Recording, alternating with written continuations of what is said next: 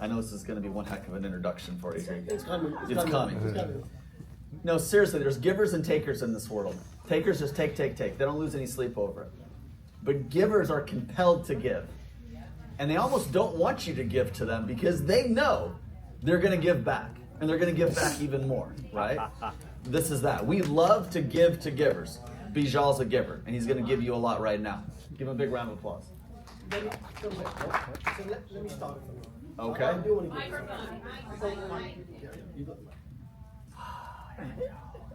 So I do want to give you something. So I wear on my neck something called memento mori. Do you know what memento mori is? Yeah. It's a Stoic saying that life is momentary. So as I go through life, and especially just kind of into the 50s, you are very aware that this is it. This moment is it. This room is it. So when I meet people and I have a great kind of affection for that people, I give them something. So I want to give you a coin. Oh. And on one side of the coin is memento mori, which means I treasure this moment. I treasure what you've created for us in this audience. But on the other side of the coin is memento vivere. Remember, memento vivere means live life to the fullest while we are here. So David, thank you for creating this, and I have something for your team as well. So again, just appreciation from me to you. All right. I want to take you on a journey. In some shape or form, we are all on this journey of entrepreneurship. Agreed? Yeah. And on this journey of entrepreneurship, how many of you want to reclaim time from busy work? By show of hands. How many of you want to increase revenue by a show of hands? For those of you your hands not moving, is that we have some disability going on in the room? All right. Let me ask again. Who wants to reclaim time from busy work? Awesome. Yeah. Who wants to increase revenue? Yeah. Now, this is the one that I changed for this room. Because normally I'm in kind of corporate environments, but this room is about what? Impact. Right? And I had this kind of, the last few days I was listening to the inspiring talks and the people came on stage, I realized that this room is not just about making more money. Of course we want to make money as entrepreneurs. But this room is about making more impact, right? But here's the reality of it. I call it the entrepreneurial storm. How many of you feel a little bit stretched by the demands of entrepreneurship in this day and age, right? We wake up, there's a new damn AI tool that we have to learn, right? Every single day. You go to the restroom and there's a freaking new AI tool that just came out that you have to learn. How many of you feel trapped by tedious tasks in what you do? We wake up with aspirations, with dreams, and then we go back to being trapped by tedious tasks. How do you feel overwhelmed by waves of busy work? You come to an event, there's a podcast expert, there's a YouTube expert, there's another expert. How many feel a little bit kind of like a tsunami of information is hitting us every single day by a show of hands, right? We know that there's things we have to be doing as entrepreneurs, and yet how many of us resist doing the things we know we should be doing? We have the knowledge, right in your phone, right in your pocket is a phone, access to all the knowledge you want. Experts on stage telling you what they've done to achieve success. But then we go back into life. We're multitasking ourselves to brain fatigue. This is the reality of where we are today as entrepreneurs. But here's the thing, we know that delegation is important. Every expert on stage have teams. But here's the thing, there's professional delegation and then there's amateur delegation. And what I want to do with you today is here, just to share a little bit of my experience with you so that you become professional delegators. So on this journey, I want to start with what's possible. What's possible when we learn to delegate the right way? I just came back from a 4-week trip to the Philippines in Bali, and I got to spend time with my parents. It's their 60th wedding anniversary. I got to take my 2 daughters, my wife. This is what's possible. Now, I'm not showing you this because we have a great vacation. I'm showing you this because while we were on vacation, the business was still running. I was still getting booked on stages, getting booked on podcasts. Bills were getting paid, not by me, by a team. But it's taken some time to get there. So let me ask you a question, because delegation starts being really clear about one thing. What is the highest and best use of your time? Take a moment to think about that. Go and write it down. Right now, if you could do more of 1 or 2 or 3 things, what would make the biggest impact for you in your career, in your profession? What should you be doing more of? Shout it out. Go ahead and shout it. Connecting. More connecting. Rest. Absolutely. What else? Learning. Okay. Writing. Playing. Love that. Your zone of genius. Zone of genius. There you go. When we are in our zone of genius, it doesn't feel like work. Agreed? Yeah. Right? How many of you, when you're on stage, how many of you got a chance to be on stage the last couple of days? Right? When you're on stage, does it feel like work? No. How many of you feel like just your zone of genius, that you could be up here and just share and talk and tell stories all the time? Melanie, I see Melanie's hand. Melanie, you're just amazing. Like, just amazing, right? How many felt that she was in her zone of genius when she was on stage, right? So how do we create things? Yes, absolutely. How do we create a lifestyle where we just do more of that in what we do? So let's talk about why delegation, right? We start off with what's possible when we do this correctly, but let me talk about why. Like many entrepreneurs, my first decade or so was not an easy journey. In fact, in February of 2009, I call it the dark night of the soul. I was broke, literally.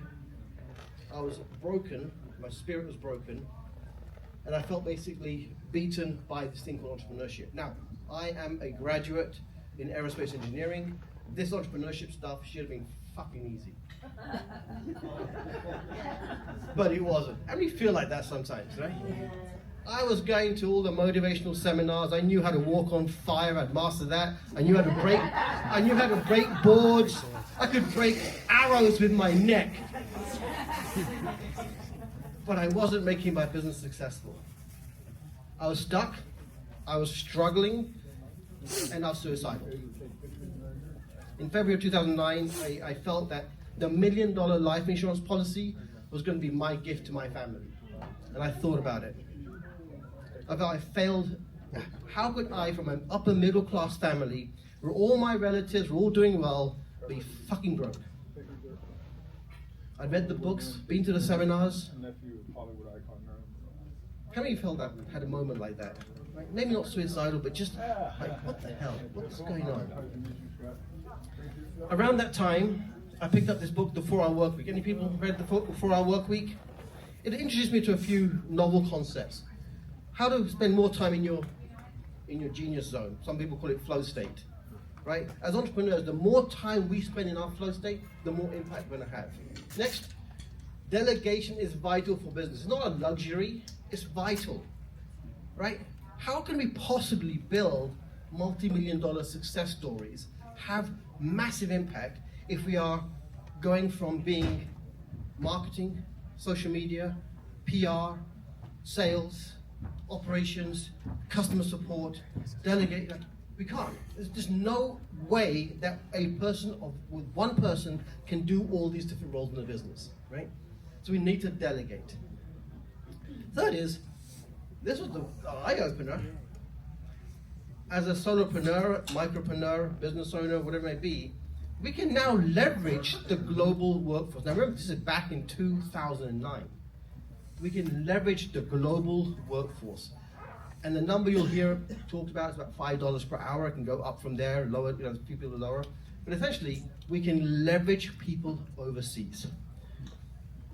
But I also learned one more really important thing from this book.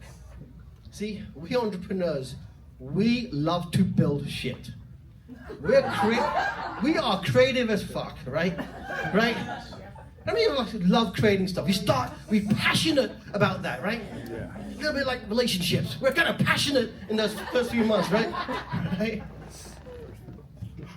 We'll go somewhere, we'll get a new idea, we'll build a website, build a logo, write a book, right? How many of you can?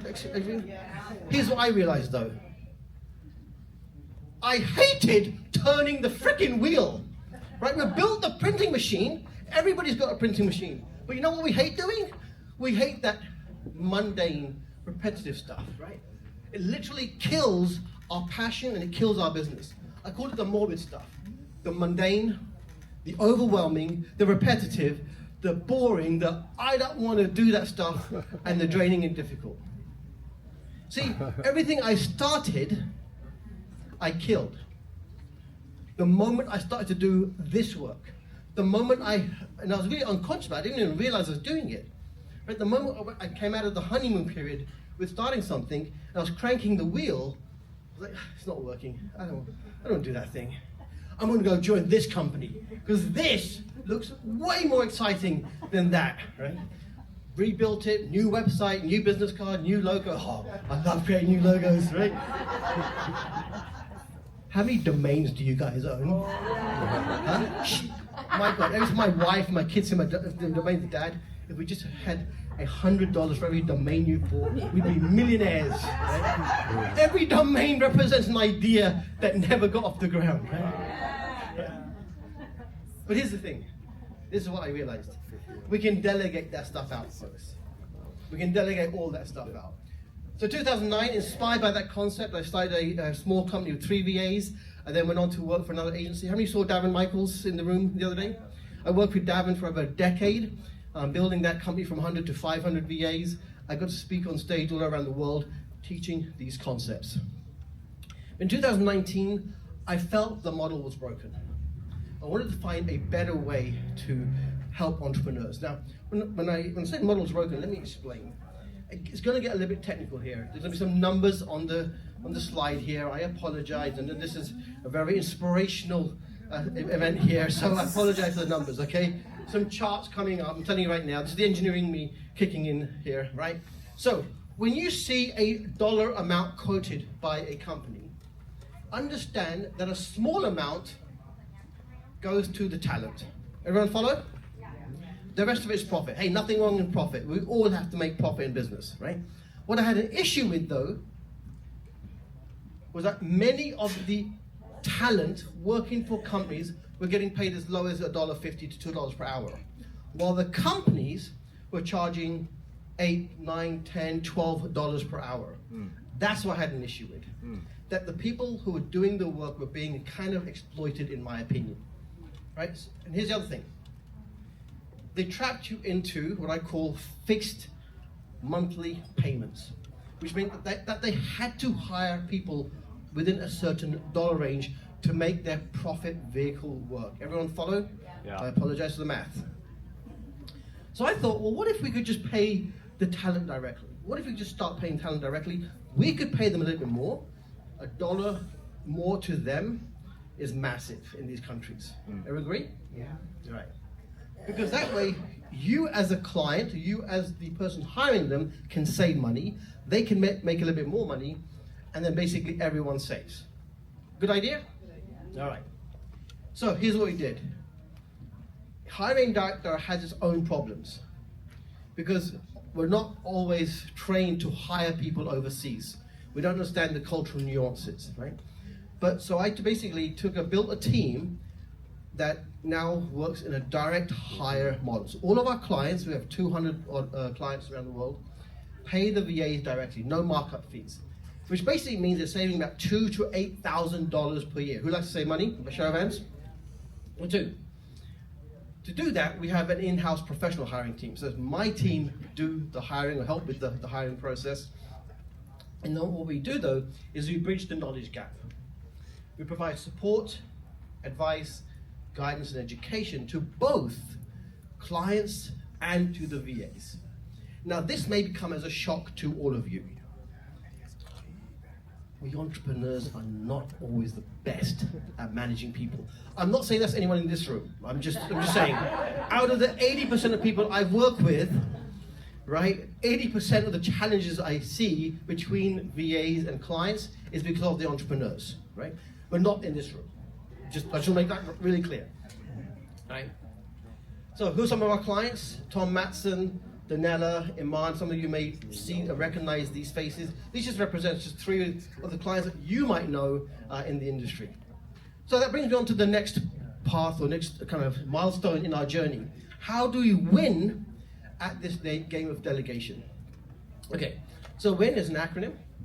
It basically means what and how to delegate, identify and integrate the right person, and then navigate the challenges, right? Now, I wish I had some more time with you, but I kind of got to keep it short. So I'm going to give you the highlights. So, what do we delegate? So, for this room, I kind of narrowed it down to kind of these top 5 things, right? There's literally, I have a whole guide. If you want the guide, please let me know. And I basically have a guide of 25 different ways that speakers, coaches, trainers, authors can leverage VAs. But I kind of picked my top 5 favorite. If all you did was kind of these 5, it might have an impact on your career. Number 1, having a VA, leveraging AI tools, reaching out for speaking opportunities, podcast opportunities. How many of you think that would be a good thing to have on a kind of a day-to-day basis? Right? Number 2, LinkedIn. If you're not using LinkedIn, you're missing out big time on basically online networking. It's the biggest professional networking platform there is. Most people don't use it. Most people don't know how to use it. Number 3, book promotion. How many authors do we have in the room with a book that's published? Right? How many of you have someone actively every single day leveraging that book for you, reaching out to either podcasts or reaching out to potential clients, offering them a copy of the book, a chapter of the book? That should be a daily activity. How many of you have content being produced by somebody based on the book every single day, right? Just 1 or 2, right? It could be all of you. Every single person. You wrote the book. You did the project. You did the project, right? You love to create the projects, right? But then we kind of don't want to crank the wheel. We don't want to do the daily work of getting the book out there. That's what I mean. We've got to be really careful what we call the project and process track, right? We love the projects. We love spending money on these things. We need to. But then it comes into process. Because we don't like doing them, we tend to not delegate them, right? That's going to be the secret sauce here. Content, social media, and then follow-up, right? Somebody should be managing your follow-up, because one of the biggest roles that my team play for me, they manage my ass. Because left to my own devices, I'll be all over the place, right? I'm a typical entrepreneur, right? On to the next thing. They have permission to hold me accountable to the things that I say are important in the business. Okay. Next question is, Bijal, it's really great. I know you're talking about VAs, but can I afford it? Well, it's about, I call it the cup of coffee effect. 2 hours per day is about $220 per month, 4 hours per day, $440 in 8 hours. Now, here's the thing. You do not need to start with a full-time VA. In fact, I almost discourage people to start with a full-time VA. Find a VA, maybe a couple of hours per day, that can take on things in the business that will move the needle. That's what we need to do. Move the needle. Generate the ROI. Reclaim time from busy work. Overcome task avoidance and increase revenue for the business. Think about that structure. Think about the things that you're doing that's costing you time. Think about the things that you are not doing that's costing you money. And think about the things that the VA can directly do to increase revenue in the business. Now here's the thing. Understand this. When we choose not to delegate, when we choose to do delegation not the well, it's already costing you. Not going to cost you in the future. It's costing you this minute. It's going to cost you time, money, and brain power. So now you have 2 choices. Carry on doing things exactly the same, or at least see if we can help you delegate better, right? So here's what I want to do to you. I have the next step of this journey mapped out for you.